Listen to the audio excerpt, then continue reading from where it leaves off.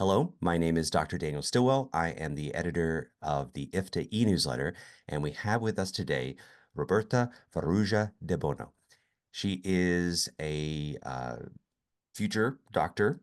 She's working on all of her stuff, and she's going to be at IFTA giving a presentation that was awarded as one of our special presentations that we wanted to highlight.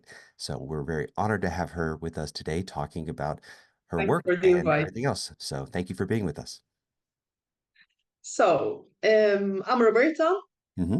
As you said, I'm a clinical psychologist and I'm also a family therapist. And at the moment, I'm doing my PhD. So I'm doing my doctoral studies at the University of Malta, where I also lecture. So at my work, I have a private practice, and this is my clinic from where we're talking Nice. today. And then I also teach at university in the Masters of Family Therapy and also in the Masters of Psychology. Um, uh, so my life is kind of based on those things, my practice and my studies, and they both inform each other in a very interesting pattern because my clinic informs my lecturing and my understanding of the work that I'm doing with students, and my readings and my learning informs then my practice as well. So I do a lot of that.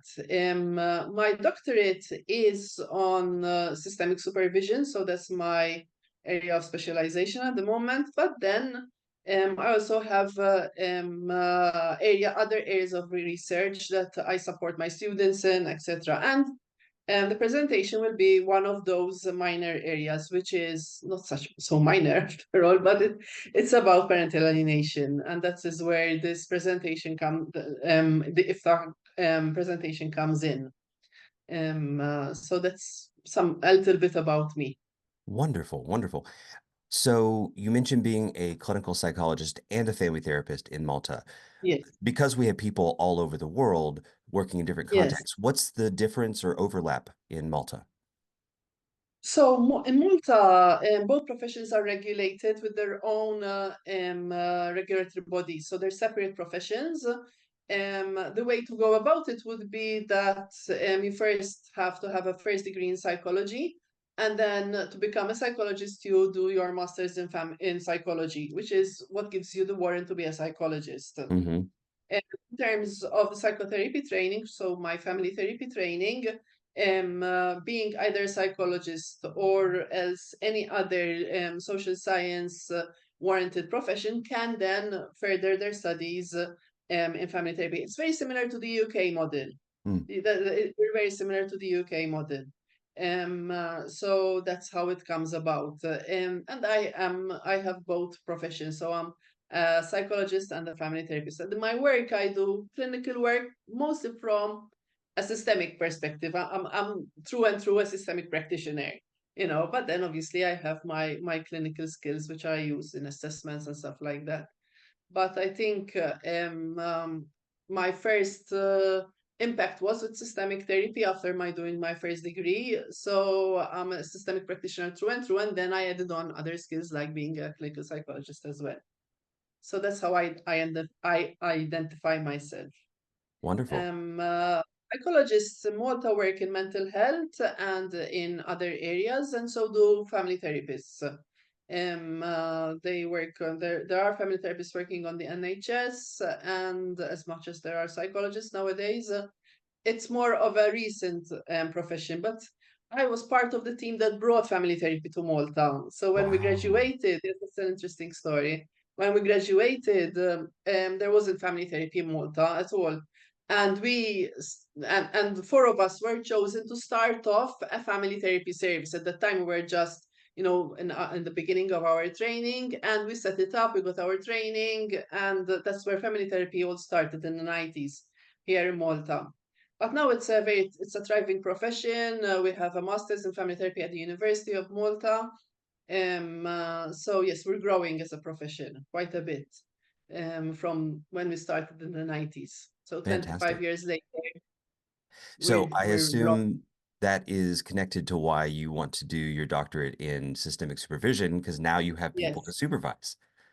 Yes, yes, yes, of course. And We have our trainees. We have also professionals now who practice family therapy, so they need supervision. Yes, and that's where my interest in supervision comes in, and in systemic supervision. What drew you to the parent alienation work that you'll be presenting on at IFTA? Okay. So basically, as part of my work as a clinician and a family therapist, I sometimes was asked by the court to draw up court reports in cases where there was family alienation, parental alienation being alleged. And through the years, I kept on, researching and reading about it, lecturing about it at university. So it was always a bit of my area of interest. Through my readings, I was supporting myself in the work I was doing in court and also in my work I was doing at university with my students.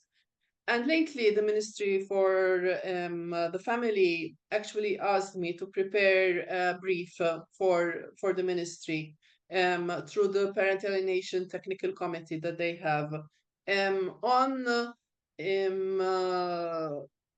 interventions that can support families going through alienation. And obviously, we do know that alienation is a very controversial term, Hmm. and even here in Malta, it's very polarized. So there are people who say it doesn't exist at all, other people say it's always alienation.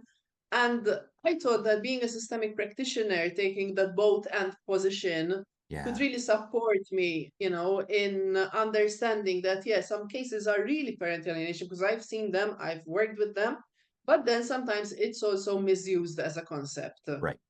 And I wanted to bring this out, so to support also other practitioners in reflecting on how to take this both and position when thinking about and working with cases where parental alienation is being alleged, you know. And then I also kind of did a bit about what are the evidence-based therapies that can support such families. Um, uh, because the ministry wanted also to kind of go down that road. And I did this presentation. I'm now training professionals Mm. in the area through this, and I thought it would be an interesting presentation to give to other practitioners, even to learn what the practices are abroad. So also to have a bit of that conversation with people around. What they find that works or doesn't work, and the controversies and how they're lived also in other cultural contexts. So that's my presentation. That's where it came from. Wonderful, wonderful. Well, I don't want to take too much of your time, so let's wrap up with something a little more informal. Tell us a little bit about something either more professional or even personal, travels or hobbies or whatever else you want to talk about. What can I say about myself? Okay, so I don't know. I like to travel a lot, but I've never been to Japan, so I'm really looking forward. So Yeah. last year I came to the Malaga conference, the IFTA Hmm. Malaga conference. I was there, and they were saying it's going to be in Japan next year. And I went, oh my God, Japan. Yeah. Should I not? And so then yes, then I said yes. I'm coming. So I'm really looking forward. I love to travel. We come from a very tiny island, so traveling is very important for us, But I think this is as far away as I've ever been in my Right. life. Um, I've been to America, but I think Japan is even further away from Malta.